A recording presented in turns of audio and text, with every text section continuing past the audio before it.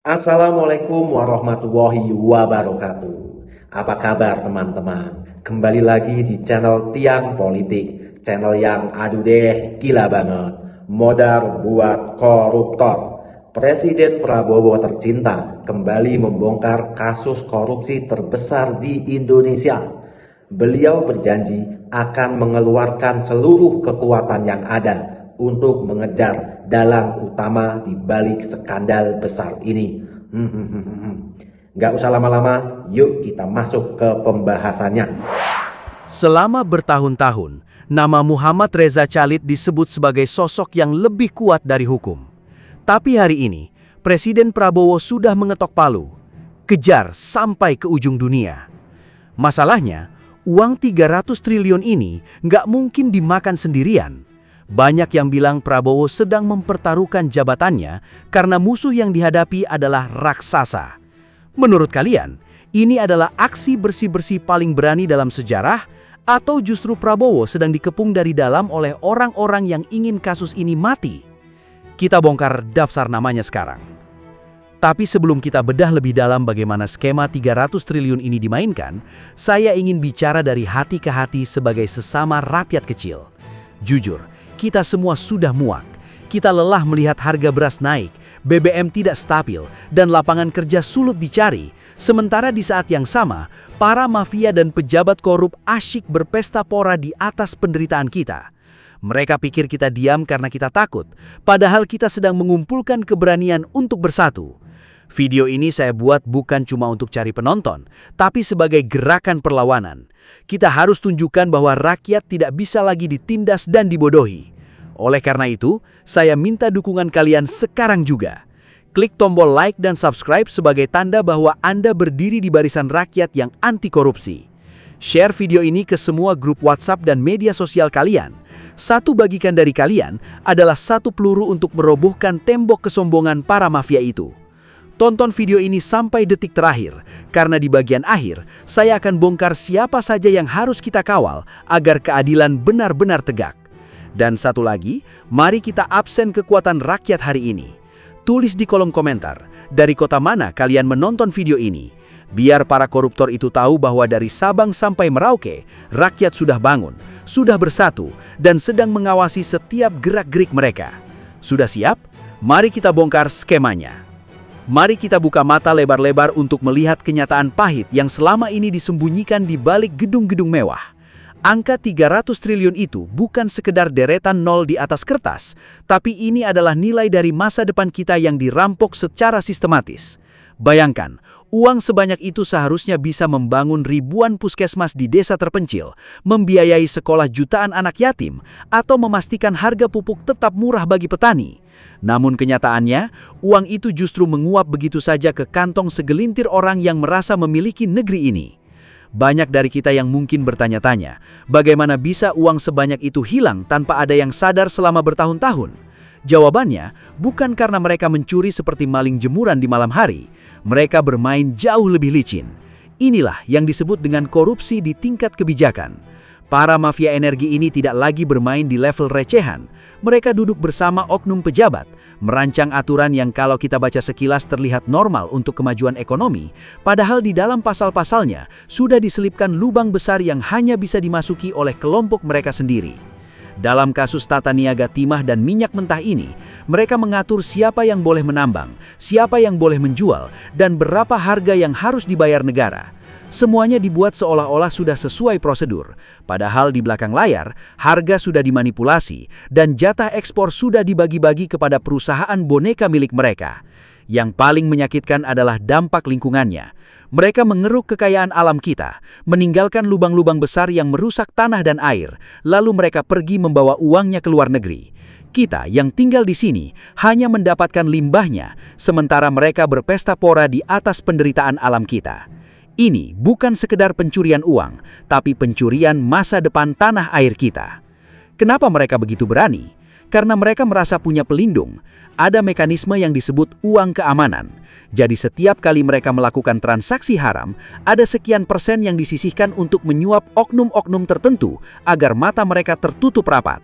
Mereka menciptakan sistem yang saling mengunci, pejabat melindungi pengusaha, dan pengusaha membiayai gaya hidup mewah pejabat. Itulah sebabnya ketika satu orang seperti Muhammad Reza Chalid tertangkap, seluruh sistem ini berguncang hebat. Dia bukan sekedar pemain, dia adalah jembatan yang menghubungkan uang haram itu ke meja-meja kekuasaan. Setiap rupiah yang mereka korupsi adalah subsidi bensin yang dicabut dan harga barang yang terus mencekik leher rakyat kecil. Mereka kaya karena kita dibuat miskin, mereka kuat karena kita dibiarkan terpecah belah. Oleh karena itu, kita harus sadar bahwa musuh kita bukan cuma orang yang memegang uangnya, tapi juga mereka yang memegang pulpen dan menandatangani aturan-aturan yang menindas tersebut. Kita butuh keberanian untuk mendukung langkah tegas Presiden dalam membersihkan sistem yang sudah berkarat ini. Jangan biarkan mereka merasa aman di balik kursi empuk mereka, karena rakyat sudah mulai tahu bagaimana cara mereka bermain. Kesadaran kita adalah ancaman terbesar bagi mereka. Becik ke titik olo tingkamu. Tidak ada kejahatan yang sempurna. Cepat atau lambat, pasti semua akan terungkap. Jika Presiden Prabowo tercinta bisa mengungkap dalang utama di balik skandal korupsi besar ini, mungkin akan banyak nama-nama besar yang akan ikut terseret. Siapa saja yang panik? Ya udah, yuk kita lanjut lagi. Sosok yang kini menjadi sorotan utama dalam pusaran skandal ini adalah Muhammad Reza Chalid. Nama ini mungkin terdengar asing bagi sebagian masyarakat awam yang sibuk bekerja dari pagi sampai malam. Namun di kalangan elit politik dan bisnis kelas atas, dia dikenal sebagai sosok yang sangat berpengaruh. Perlu kita pahami bersama, saat ini pemerintah di bawah komando Presiden Prabowo masih terus mengupayakan pengejaran terhadapnya. Meskipun keberadaannya terus dilacak dan upaya penjemputan paksa sedang diusahakan, kita harus tetap mengedepankan asas praduga tak bersalah, karena segala keterlibatannya saat ini masih berstatus dugaan kuat yang perlu dibuktikan di depan meja hijau. Kenapa pengejaran sosok ini menjadi begitu krusial bagi masa depan ekonomi kita? Karena dalam berbagai laporan dan analisis, ia diduga kuat berperan sebagai jembatan atau perantara antara kepentingan pengusaha nakal dengan oknum pemegang kebijakan. Di dunia korupsi kelas kakap, seorang pejabat yang memiliki tanda tangan jarang sekali mau berurusan langsung dengan pengusaha yang ingin main curang, karena mereka takut terlacak. Disinilah peran seorang perantara dibutuhkan untuk mengatur pertemuan rahasia, merancang pembagian, jatah, dan memastikan semua pihak mendapatkan keuntungan dari proyek negara tanpa terendus hukum. Dugaan skema yang dijalankan sangatlah rapi. Ada istilah yang sering muncul yaitu biaya perlindungan. Bayangkan, setiap liter minyak atau setiap ton timah yang dikelola secara ilegal, diduga ada setoran wajib yang mengalir ke oknum tertentu sebagai imbalan agar operasional mereka tetap aman. Jika dugaan ini benar, maka ini adalah bentuk pengkhianatan terbesar. Kenapa harga energi kita sering tidak stabil? Kenapa kekayaan alam kita yang melimpah seolah tidak berbekas bagi kesejahteraan rakyat di desa-desa? Jawabannya mungkin ada pada kong kali kong di meja makan mewah ini, di mana aturan yang seharusnya melindungi rakyat justru dikompromikan demi memperkaya kantong pribadi. Inilah alasan mengapa Presiden Prabowo tidak memberikan ruang napas bagi para terduga koruptor ini. Perintahnya jelas, kejar sampai dapat. Pengejaran terhadap Muhammad Reza Chalid bukan sekadar urusan menangkap satu orang, tapi merupakan simbol perlawanan negara terhadap sistem mafia energi yang sudah terlalu lama mengakar. Kita sebagai rakyat harus jeli melihat situasi ini. Biasanya, ketika para terduga koruptor ini mulai terpojok, mereka akan menggunakan kekuatan uangnya untuk melakukan serangan balik. Mereka bisa saja menyewa pengacara paling mahal, memobilisasi massa bayaran, atau menyebarkan berita bohong untuk menjatuhkan kredibilitas pemerintah yang sedang bersih-bersih. Kita tidak boleh terjebak dalam adu domba. Kita harus bisa membedakan mana pejabat yang benar-benar bekerja tulus demi rakyat dan mana yang hanya berakting baik di depan kamera, padahal ikut menikmati aliran dana haram tersebut. Pengejaran yang dilakukan pemerintah saat ini adalah ujian berat bagi penegak hukum kita. Apakah mereka berani menyeret semua nama besar yang muncul dalam pengembangan kasus ini tanpa pandang bulu? Uang yang diduga dikorupsi itu adalah hak kalian. uang untuk kesehatan ibu-ibu di pelosok, uang untuk sekolah anak-anak kita, dan uang untuk pembangunan infrastruktur yang layak. Setiap kali ada terduga koruptor yang berhasil melarikan diri atau lolos dari jeratan hukum, itu artinya satu lagi luka bagi keadilan di negeri ini. Mari kita berdiri tegak di belakang langkah tegas pemerintah untuk memastikan tidak ada lagi orang yang merasa lebih kuat daripada hukum Indonesia. Sekarang, mari kita fokus pada langkah nyata yang sedang diambil oleh pemerintah untuk mengamankan kembali apa yang seharusnya menjadi milik kita.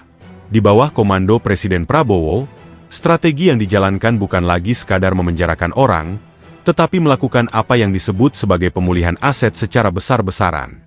Logikanya sederhana. Bagi para terduga koruptor, penjara mungkin tidak terlalu menakutkan jika harta hasil jarahannya masih utuh dan bisa dinikmati oleh 7 turunan mereka. Oleh karena itu, perintah Presiden sangat tegas. Kejar hartanya, sita asetnya, dan kembalikan ke kas negara untuk kepentingan rakyat. Pemerintah melalui kementerian terkait dan tim gabungan penegak hukum kini sedang melakukan pelacakan transaksi keuangan yang sangat rumit. Mereka menggunakan metode mengikuti aliran uang atau follow the money. Tim detektif keuangan ini sedang menelusuri dugaan transaksi yang sengaja dibuat berbelit-belit agar sulit dilacak. Muncul dugaan bahwa uang yang menguap dari sektor energi ini tidak disimpan dalam rekening bank biasa, melainkan diputar ke berbagai bentuk yang terlihat mewah dan sah, seperti properti mewah di luar negeri, saham di perusahaan-perusahaan besar, hingga disembunyikan di negara-negara yang dikenal sebagai surga pajak. Namun, dengan teknologi pemantauan terbaru yang sedang dikembangkan, dinding persembunyian itu mulai retak satu persatu. Salah satu langkah yang paling ditakuti oleh para mafia adalah penerapan aturan mengenai pemilik manfaat sebenarnya. Selama ini, banyak oknum yang diduga memiliki perusahaan tetapi namanya tidak muncul di dokumen resmi. Mereka meminjam nama sopir, asisten rumah tangga, atau kerabat jauh agar tidak ketahuan kalau mereka sedang berbisnis dengan jabatan mereka sendiri. Sekarang, aturan baru memaksa semua perusahaan yang bekerja sama dengan negara untuk jujur siapa pemilik aslinya. Jika ditemukan ada nama pejabat atau keluarganya yang bersembunyi di balik perusahaan tersebut, sistem akan langsung memberikan peringatan dan pemeriksaan mendalam akan segera berjalan. Ini adalah cara pemerintah untuk memutus urat nadi keuangan para mafia, agar mereka tidak punya kekuatan lagi untuk mengintervensi kebijakan negara. Namun, kita sebagai rakyat harus paham bahwa perjuangan ini tidak akan mudah. Saat aset-aset mulai diincar dan rekening mulai diblokir, para terduga koruptor ini pasti akan melakukan perlawanan yang sangat agresif.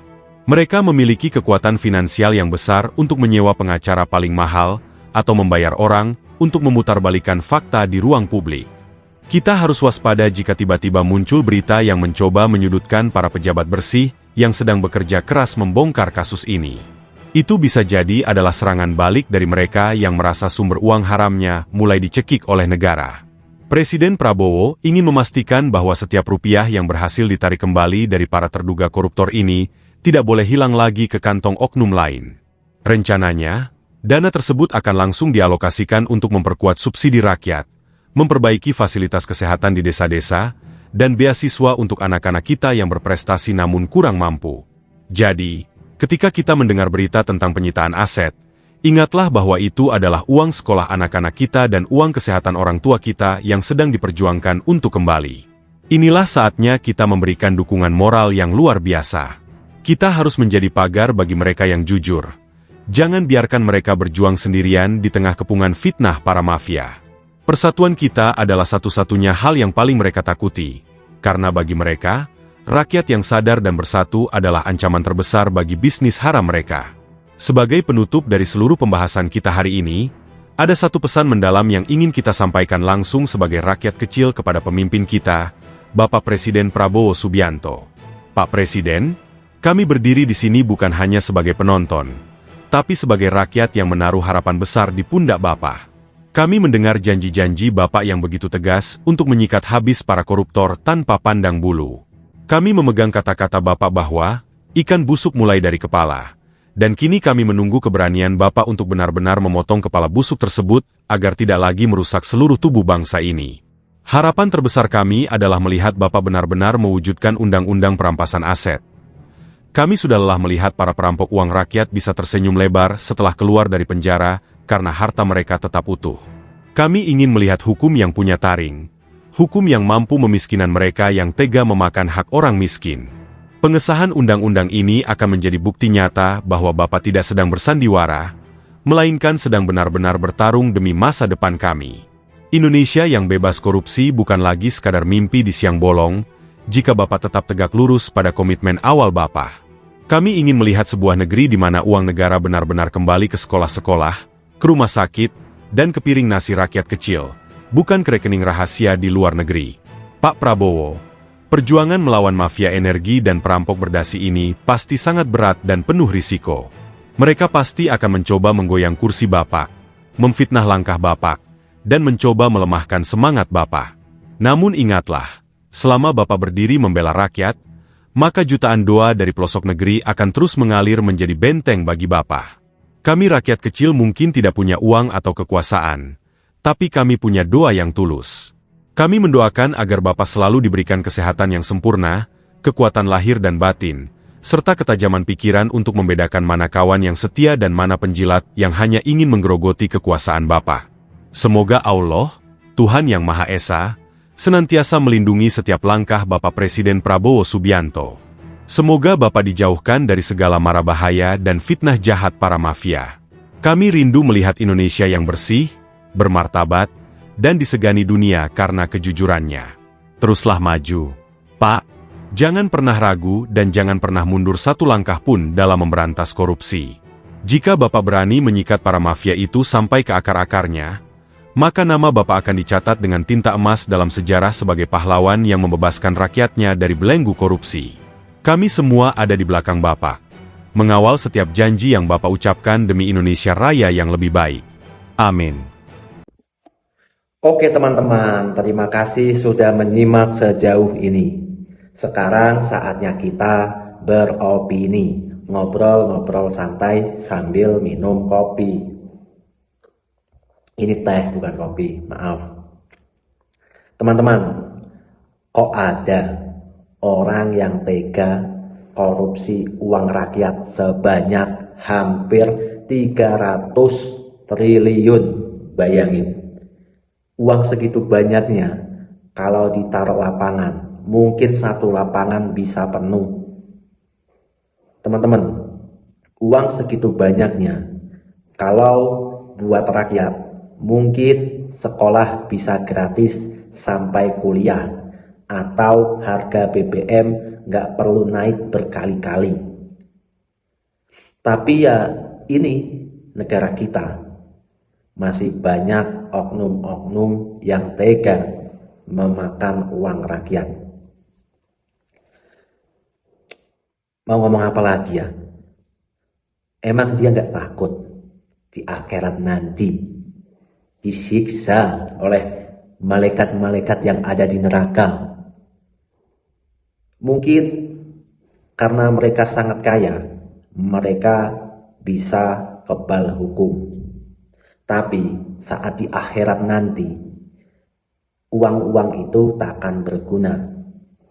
Mungkin selama ini, orang-orang oknum-oknum mafia ini bisa lari dari hukum.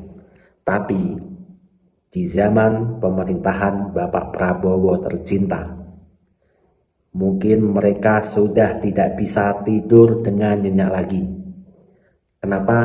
Karena Presiden Prabowo tercinta berkomitmen akan mengejar dalang utama di balik kasus ini.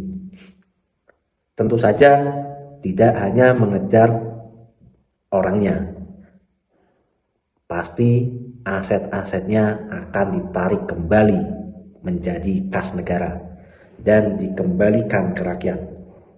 Jika Presiden Prabowo berhasil mengungkap dalang utama di balik kasus ini, bisa dipastikan akan banyak nama-nama besar yang terseret. Karena apa? Kalau dipikir secara logika, kayaknya nggak mungkin uang sebanyak itu hanya dimakan satu orang. Pasti ada bantuan lain, ada orang-orang yang ikut dalam skandal ini. Mungkin kita sebagai rakyat ya hanya bisa beropini. Kan kasusnya juga belum jelas. Terutama Riza Chalid yang katanya sudah menjadi tersangka pada tahun 2025 ini kalau nggak salah. Dan dia masih belum tahu keberadaannya, masih misterius. Teman-teman, kadang kalau dipikir-pikir, kita yang hanya rakyat kecil, bekerja banting tulang, UMR-nya kecil, cari uang 100.000 aja susahnya minta ampun.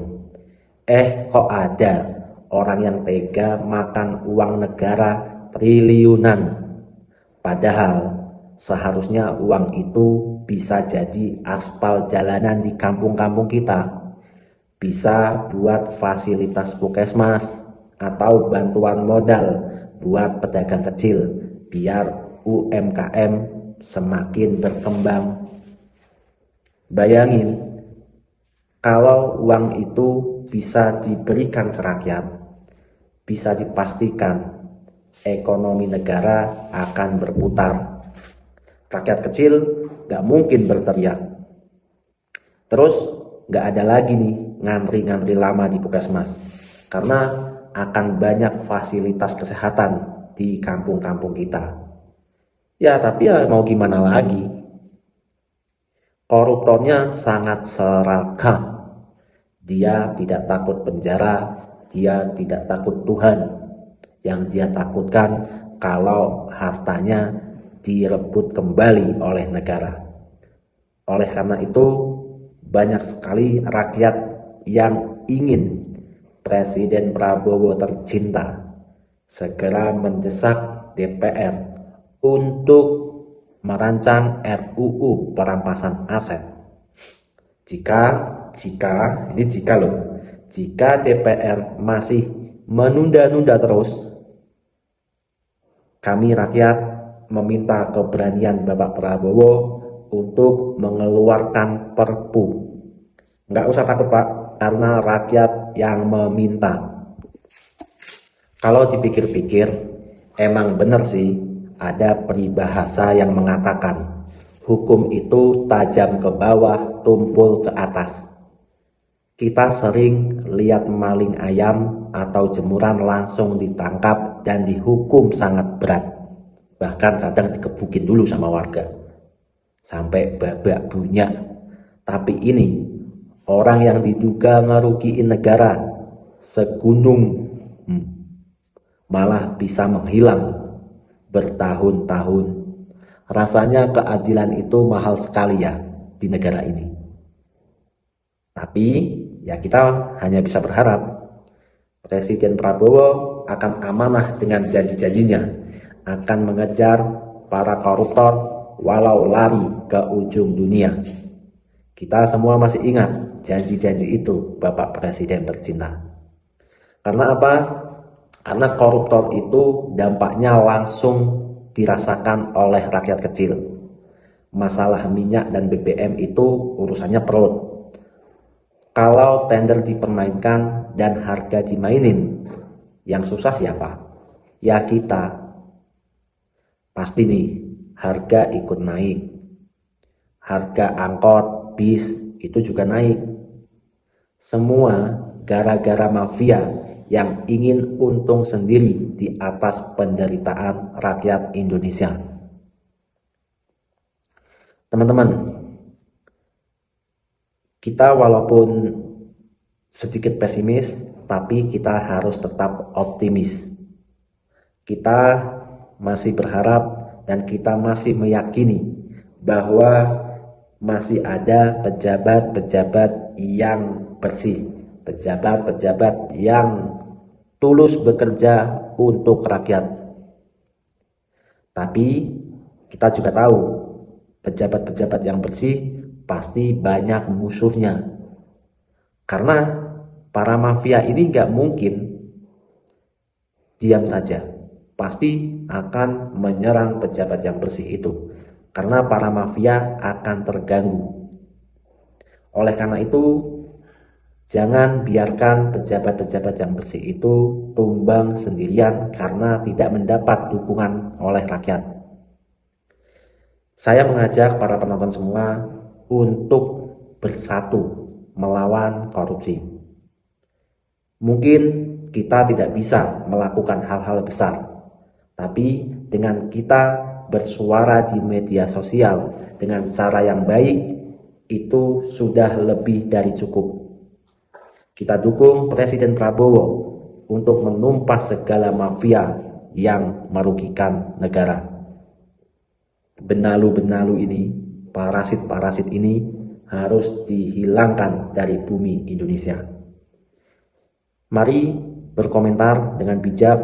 Biar apa? Biar video ini ditemukan oleh algoritma dan semakin banyak penontonnya, agar para mafia itu tahu rakyat Indonesia sudah melek data, sudah bisa bersuara, sudah bersatu, tidak bisa diadu domba lagi. Ketika para mafia itu melihat video ini, pasti mereka akan panik. Dan jika pejabat bersih melihat video ini, pasti mereka akan merasa didukung oleh rakyat. Mereka tidak akan kesepian, mereka tidak merasa sendirian, karena mereka tahu banyak rakyat yang mendukung mereka. Teman-teman harus subscribe channel ini, karena channel ini saya buat untuk kita, rakyat kecil, warga sipil biasa bersuara. Channel ini saya buat untuk kita bersuara. Silakan berkomentar dengan cara yang bijak. Jangan lupa subscribe, jangan lupa like, jangan lupa bagikan video ini ke grup keluarga, grup WhatsApp, grup apapun yang Anda miliki. Biar lebih banyak orang yang tahu bahwa rakyat sudah bersatu. Ada suatu forum digital yang mengumpulkan suara rakyat untuk mendukung Presiden Prabowo tercinta melawan para mafia. Teman-teman, aku mau mengajak hitung-hitungan nih. Buat kita rakyat kecil, angka triliun itu susah dibayangkan. Mari kita pakai perbandingan yang nyata di kehidupan kita sehari-hari. Contohnya, pembangunan sekolah. Biaya bangun satu sekolah dasar yang bagus sekitar 2-3 miliar. Dengan uang korupsi itu, kita bisa bangun 100.000 sekolah baru di seluruh pelosok Indonesia. Wejian toh. Bayangin, kalau nggak ada koruptor, Indonesia pasti sejahtera. Terus misalnya nih, buat bantuan langsung tunai atau yang biasa itu kita kenal BLT. Kalau uang itu dibagikan ke 20 juta keluarga miskin, setiap keluarga bisa dapat sekitar 14 juta rupiah. Bayangin tuh, uang 14 juta itu bisa buat modal usaha kecil-kecilan. Dengan itu pasti ekonomi Indonesia akan berputar, rakyat akan sejahtera. Terus kalau buat jalan tol, uang itu cukup untuk membangun jalan tol Trans Jawa dari ujung ke ujung berkali-kali lipat. Bayangkan, kalau jalan dibangun nih, ongkos kirim sembako akan turun karena jalannya lebih mudah. Jadi 300 triliun itu kalau buat bangun jalan tol dari ujung Jawa ke ujung Jawa itu bisa mungkin berkali-kali lipat. Bayangkan, tapi ada orang yang tega, untung sendirian. Bayangkan itu di neraka gimana nanti, dipukul. Teman-teman, lalu apa yang bisa kita lakukan? Sebagai rakyat kecil, mungkin kita nggak punya kuasa buat nangkep koruptor. Tapi kita bisa. Yang pertama nih, tetap berisik. Jangan biarkan kasus ini tenggelam oleh berita gosip-gosip artis. Terus kawal di media sosial supaya penegak hukum gak kendor. Makanya saya membuat channel ini. Lalu yang kedua, sebagai rakyat kita harus paham politik. Jangan mau suara kita dibeli murah pas pemilu. Korupsi triliunan ini seringkali berakar dari sistem politik yang mahal. Dengar ini. Makanya channel ini bertujuan mengedukasi para penontonnya agar kita melek data, agar kita paham politik. Terus yang ketiga, tuntut transparansi. Dukung langkah Kejaksaan Agung untuk menyita aset sampai habis. Jangan cuma di penjara, tapi miskinkan total para koruptornya. Jangan pernah takut para pejabat-pejabat yang sekarang lagi memegang amanah. Kita sebagai rakyat akan tetap mendukung. Mungkin sampai di sini dulu. Terima kasih telah menyimak.